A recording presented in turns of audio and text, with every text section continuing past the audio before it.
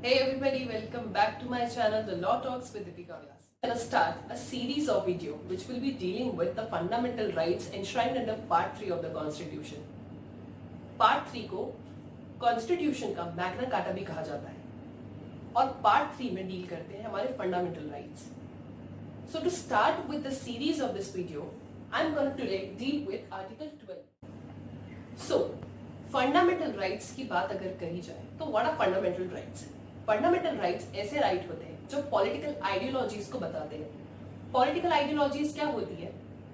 जैसा कि preamble of the constitution में बताया गया है कि secular, socialist, democratic, Republic etcetera, ये सारी आइडियोलॉजीज और उसके साथ में इक्वालिटी, जस्टिस, फ्रेटर्निटी, ये सारी आइडियोलॉजीज मिला के हमारे बनाए गए हैं फंडामेंटल राइट्स, जो कि पार्ट 3 में है. और पार्ट 3 डील करता है आर्टिकल 12 से आर्टिकल 35 तक. ये पूरा पार्ट कलेक्टिवली मैग्ना कार्टा भी कहलाया जाता है. अब बात ये आती है कि अगर हम फंडामेंटल राइट्स की बात करें तो हम यहाँ स्टेट को क्यों पढ़ रहे हैं? तो स्टेट को पढ़ने का रीजन ये है कि जो फंडामेंटल राइट्स होते हैं वो स्पेसिफिकली एनफोर्सिएबल होते हैं अगेंस्ट द स्टेट एक्शन और अगेंस्ट द स्टेट. अगर कोई प्राइवेट इंडिविजुअल आपका कोई राइट हैम्पर करता है तो उसके लिए बाकी सारे लॉज हैं, ना कि कॉन्स्टिट्यूशन को अप्रोच करेंगे. कॉन्स्टिट्यूशन को या जो इंफ्रिंजमेंट ऑफ फंडामेंटल राइट्स है वो सिर्फ और सिर्फ पार्ट 3 के द्वारा स्टेट के अगेंस्ट एनफोर्सिएबल या एक्शनेबल होते हैं. इसीलिए ये जानना बहुत जरूरी है कि इस स्टेट की डेफिनेशन में कौन कौन सी बॉडीज आएंगी. तो अगर आर्टिकल 12 की स्पेसिफिकली बात करें तो आर्टिकल 12 में 4 इंपॉर्टेंट पार्ट्स दिए हुए. पहला जो बोलता है government and the parliament of India, ये स्टेट की डेफिनेशन में आएगी. दूसरा बोलता है government and the legislature of the state. तीसरा बोलता है all local and other authorities with in the territory of India. And last all local and other authorities under the control of the government of India. अब इसमें जो पहली 3 categories है, यानी पहला government and the parliament of India, government and the legislature of the state, and third the local authorities, either they are within the territory of India और under the control of India. ये तीनों चीजें बहुत ही easily covered की गई और बहुत ही easily define भी की गई है.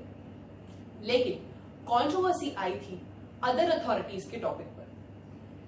जब फ्रेमर्स ने कॉन्स्टिट्यूशन बनाया था तब वो बहुत ज्यादा अवेयर थे कि आगे चल के सिचुएशन चेंज हो सकती है.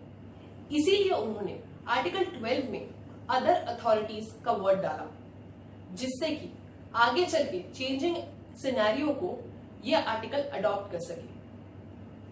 अदर अथॉरिटीज में बहुत बार सुप्रीम कोर्ट ने इंटरप्रिटेशन दी कि कौन सी बॉडी अदर अथॉरिटीज में स्टेट की जगह आएगी और कौन सी अथॉरिटीज नहीं आएगी.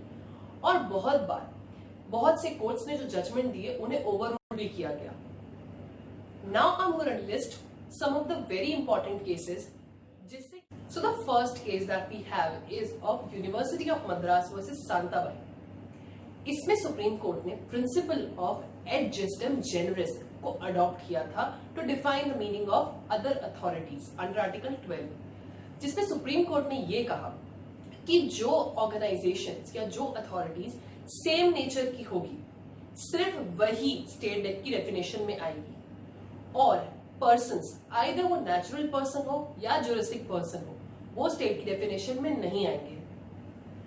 इस जजमेंट को ओवररूल किया उज्जमबाई वर्सेस स्टेट ऑफ यूपी ने, जिसमें सुप्रीम कोर्ट ने कहा कि ये बहुत ही रिस्ट्रिक्टिव डेफिनेशन है और इसके हिसाब से हमें, यानी प्रिंसिपल ऑफ एड जस्टिम जेनरिस के हिसाब से हमें स्टेट को डिफाइन नहीं करना चाहिए. इसमें तीसरा इंपॉर्टेंट केस है RD. Shetty versus international airport authority of India. इसमें सुप्रीम कोर्ट ने यह हेल्ड किया कि जो प्राइवेट बॉडीज हैं वो भी स्टेट के अंदर आ सकती है, लेकिन उसके लिए 2 कंडीशंस बहुत एसेंशियल है टू बी फुलफिल्ड. पहला कि स्टेट को ऐसी ऑर्गेनाइजेशन के ऊपर some form of control exercise करना चाहिए, और दूसरा extraordinary financial support government की तरफ से या स्टेट की तरफ से ऐसी प्राइवेट ऑर्गेनाइजेशंस को मिलना चाहिए.